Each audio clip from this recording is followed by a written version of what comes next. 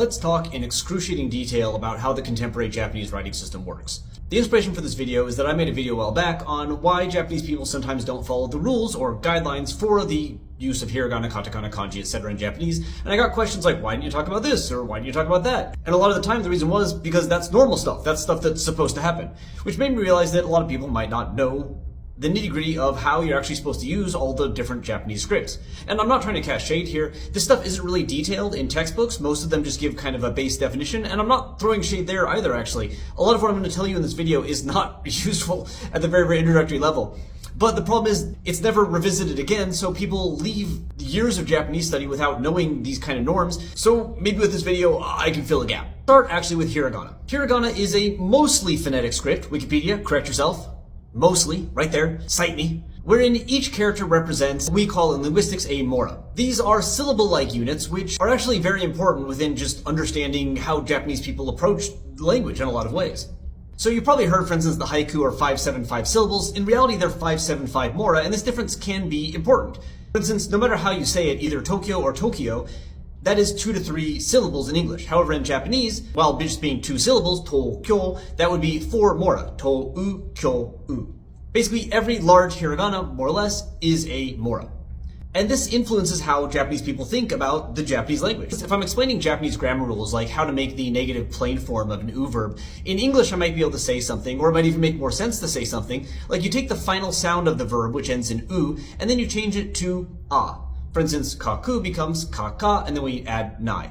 Now, that explanation is not how a Japanese person would approach it, because it's not for them a change of u to a, it's a change of ku to ka. These are distinct units, and they are viewed as such. Indeed, perhaps the most blatant way of seeing this in action is asking Japanese people to say words backwards. For instance, if I asked an English speaker to say the word inu backwards, they would probably say uni, reversing the entire word. In contrast, if you asked a Japanese person to do this, they would say nu-i, flipping the entire units rather than the words. The opposite of a Japanese dog for an English speaker is a urchin, but the opposite for a Japanese person is a plushie. Hopefully, of a cute dog. There are 46 hiragana, but we can make a lot more sounds of this due to 1, the use of diacritics, and 2, the fact that it's not exactly one sound, one character, which I'll get to in a bit. The 2 diacritics that are used in Japanese are this and this, which are officially known as the dakuonpu and handakuonpu, although more casually they're called like chon-chon and maru, and they attach to hiragana to change their sound. For most, the sound change is not arbitrary, but based on what's called voicing. So for instance, K sounds become G sounds, again, not a way Japanese people would explain it, to, again, adopt an English perspective here, and that's because k and g are voiced versions of one another. And we know this because basically you can make both sounds without changing your tongue shape or your mouth shape. Try it out. It's voiced, it's related. This doesn't apply for everything, but that's kind of what's going on. It's not just like, hey, K to G, why not? The handakuonpu, the circle, is only used with ones in the H chart, and that changes them to P's, which means that one of these characters can, with the use of diacritics, represent 3 different sounds. B's via the dakuonpu and P's via the handakuonpu.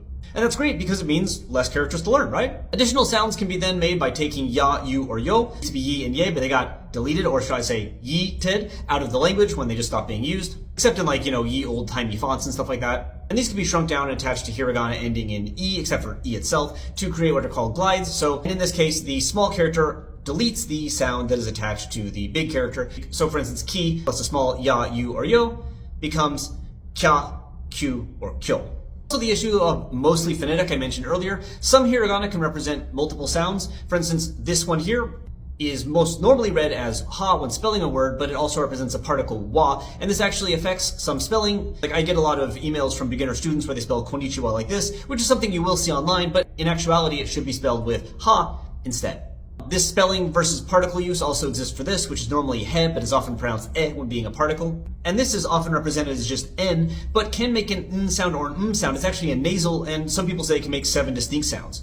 But as an example, it's more of an n in Nihon, but more of an in Shinbun, because it just depends on what sound is made when you pull the vowel into your nose. Even more trickily though, a number of the vowel sounds that these characters are supposed to make are lost in a number of situations. The most commonly known is probably that this ending, which is the copular verb, the Japanese version of to be, am, is, are, etc., is usually pronounced as des instead of desu. There are people that say desu, but it usually sounds a bit fancy, a bit pretentious, a bit like you're over enunciating. very posh. And likewise, she, when used in forms like the teiru form, which is to oversimplify, this isn't a grammar video, like ing in English, is usually pronounced as sh instead of she. There are plentiful other examples of this happening throughout Japanese, but they're all together known as boin, or vowel no museika, which just means devoicing, so vowel devoicing. And this is nothing new. There's discussion of boin no museika in books dating back to the 1600s, but it is not reflected in the writing system. So in that way, they are not technically fully phonetic. If we're being pedantic, which again is the purpose of this video. It's my goal. Additionally though, a, I, u, and o are used to extend vowel sounds, and when a extends a or as in ka, or e extends e as in e, that's a good example. Yeah, see what I did there? See what I did there? Pretty phonetic, but u can extend o sounds and e can extend e sounds in a way that again blurs the boundary of phonetic and makes me uncomfortable calling it a perfectly phonetic system. This is not like shade being thrown to Japanese. No writing system is perfectly phonetic because even if you make it perfectly phonetic, over time people's pronunciation changes and the writing system doesn't get updated. Like Korean is extremely phonetic, but there are cases that pronunciation is, altered and the writing system isn't updated. It's certainly better than English, but again, we don't get that pure one-to-one, so I want a qualifier. Anyway, in 2025, the primary purpose of hiragana is to represent grammatical particles and conjugation. So for most Japanese adjectives, verbs, etc., the part of the verb that changes shape when the verb conjugates into the passive, past, etc., is written in hiragana, and oftentimes parts that don't change shape are written in hiragana when writing them in hiragana helps you differentiate the verb from another. So in regard to the first issue, for instance, the verb nomu, no matter how you conjugate it, nomimasu, nomareta, nomeru, nomanai, nonda, the no stays the same, so that's not in hiragana, but the rest is in hiragana because it changes. In terms of the other example, you have, say, verb pairs like shimeru, shimaru. Well, for both of these verbs, the me and the ma do not change no matter how much the verb conjugates. Keeping them written helps you differentiate the two of them on initial glance, whereas if you just wrote it like this, you would not tell which verb it is unless you looked at context, which would just add a bit of a burden to reading. There are odd cases like taberu, where the be is out there for no reason I can really tell. Someone will probably post in the comments why it's very important, but I think it could be this without too much confusion. But hey, nothing's perfect. Katakana is then the second major script, and it works basically like hiragana in most cases. For every hiragana, there is a katakana. All the pronunciation issues I mentioned are there, although there are some things we do with katakana that formally we do not do with hiragana. One is the use of this. This is not a katakana or a hiragana, it's a punctuation mark, and the key difference there is that it doesn't have any sound out of context, whereas every hiragana or katakana does. This is known as the choonpu, or literally the long sound marker, and it basically says, hey, whatever sound comes in front of me, make that long. It's very useful. A lot of people use it in hiragana in casual writing, but formally it's only part of katakana writing. If you're writing in Japanese though, up and down, traditionally, make sure you write this up and down, because if you don't, you are making an error, and everyone will know, especially when I post about it on social media. Because everyone follows me on social media. It's really fun.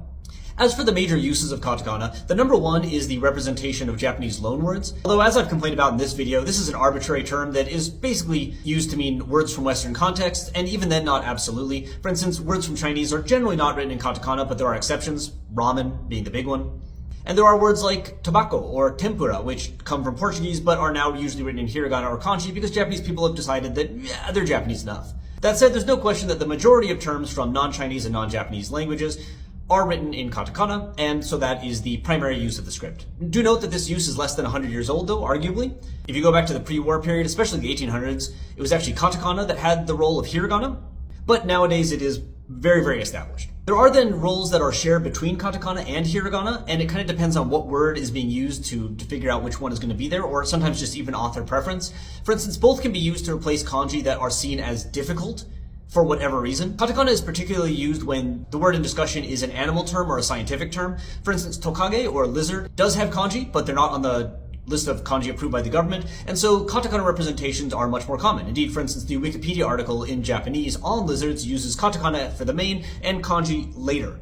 This is true for most plants, etc., and a lot of other kind of difficult big words. In contrast, when kanji are reduced to make a text easier to read, hiragana is used. To give an example recently that I happened to stumble across, I was watching Despicable Me with my family, and we always have subtitles on no matter what we're watching, for either Japanese or English, depending on the main language. And at the very end of the video, I suddenly noticed that, oh, Gru uses ore in hiragana. And I was thinking, because of, if you've seen things like this video, I wonder if that's because he's like a sweetheart, right? He's a gentle villain. So the translator was really clever. But before I made a video on that or made that kind of claim, I checked how other villains use ore in the series, and they all use hiragana for ore. So this is not like hiragana soft thing I talked about in that prior video, but instead probably just an assumption by the translator or subtitling company that the age of the average viewer of this film would not be familiar with the kanji for ore yet. Yes, it is on the Joyo kanji list, but it's not on the Kyoiku kanji list, so that might explain its absence. Hiragana and katakana can also be used to kind of remove meaning from kanji. Oftentimes a word when it's written in kanji has a very specific meaning that is linked to the kanji, but when writing it in katakana and hiragana, it removes that, giving it a wider range. This is often very common with slang as well as erotic terms, and katakana is especially common in this use. So for instance, when something is umai but not delicious, it is often written like this, removing the literal meaning to make it, more of a metaphorical meaning. This is also very common in Japanese punning and wordplay. Here's a fantastic example from a famous poster talking about ore sagi, or a fraud attempt where people call old people and say, hey, it's me, your son, I need some money. And the word sagi is written not in kanji, but in katakana, which allows it to play on two puns. One is that it means fraud, and the other is that it means a heron. It's not a heron calling, right? Which makes it sagi about a sagi. And we can't do that joke if it's in kanji because that would link it just to one of the two options. Hiragana and katakana then are both used for onomatopoeia, and this is somewhat vibe-based. Indeed, this is where this video links very closely to the other video, in that the choice is rarely mandatory to one script, but highly linked to how people feel about the vibes of each script. For instance, fua is the sound of something being kind of fluffy. And if you look at whether or not that's written in hiragana or katakana, it is vastly preferred in hiragana. That said, there's still 14 million results in katakana, so don't pretend it's like one or the other exclusively.